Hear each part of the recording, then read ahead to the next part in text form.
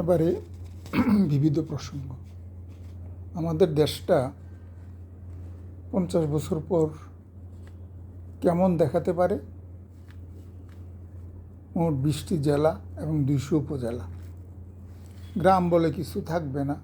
20টি বড় এবং 200টি মাঝারি শহর অর্থাৎ উপজেলা। অত্যন্ত পরিকল্পিত। এখনই প্ল্যান করে প্রতিটি উপজেলায় এর বিস্তারিত লেআউট। সায়েন্টিফিক ওয়েতে সারা দেশকে রেল এবং রোড নেটওয়ার্ক তৈরি, নৌপথে সুষ্ঠু এবং ব্যাপক ব্যবহার। এছাড়া বনাঞ্চল, শিল্পাঞ্চল, কৃষি, লাইভস্টক ইত্যাদি ইত্যাদি এলাকা নির্দিষ্ট করা। পৃথিবীতে সবচেয়ে মামলাপ্রবণ জাতি কোনটি আমার জানা নাই, তবে এমন দেশ আছে যেখানে মামলাকে নিরুৎসাহিত করা হয়।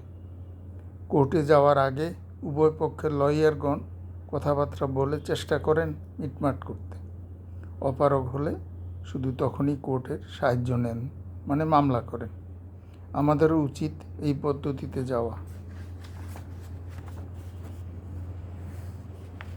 Capital for business. আমাদের শিক্ষা ব্যবস্থার ফলে প্রচুর সংখ্যক উদ্যোক্তা বের হবেন। তারা পুঁজি অর্থাৎ ক্যাপিটাল কোথায় পাবেন?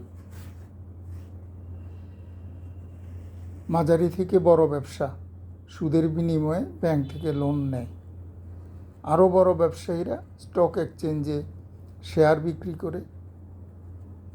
অন্তত আমাদের দেশে পুরো সিস্টেমই জুয়ার মতো ম্যানিপুলেটেড।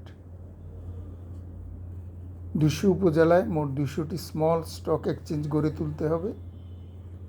নিয়মকানুন হবে স্টক এক্সচেঞ্জ এবং পার্টনারশিপ ব্যবসার মিশ্রণে। এখনকার 10 টাকা 100 টাকার বদলে এক একটি শেয়ার হবে 5,000 অথবা 10,000 টাকার।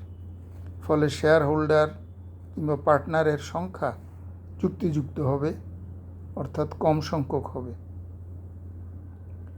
ছোট ব্যবসার জন্য জাকাত ফান্ড, গভর্নমেন্ট ফান্ড থেকে সুদবিহীন লোন দেওয়া হবে। ব্যাংকগুলো প্রধানত সার্ভিস চার্জের মাধ্যমে আয় করবে। আবাসনের জন্য ফ্ল্যাট হবে উপজেলা এবং জেলা পর্যায়ে, ওয়েল প্ল্যান্ড। সব নাগরিক অন্তত একটি ফ্ল্যাট ওন করবে, অনেকটা সিঙ্গাপুরের মতো।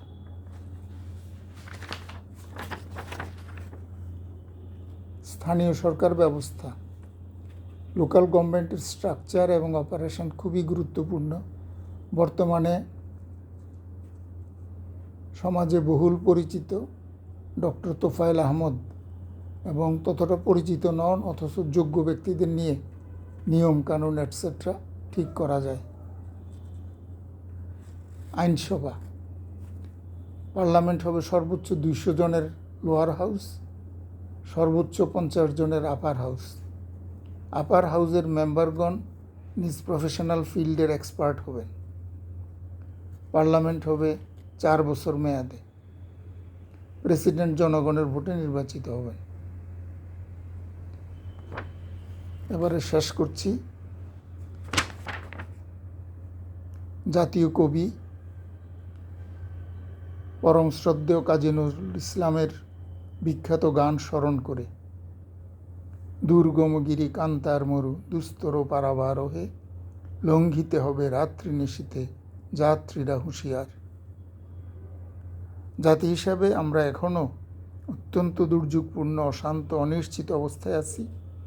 আমাদেরকে একতাবদ্ধ হয়ে অত্যন্ত সতর্কতার সাথে চলতে হবে এবং প্রতিনিয়ত স্রষ্টার দয়া এবং সাহায্য প্রার্থনা করতে হবে। আল্লাহ আমাদের সহায় হন।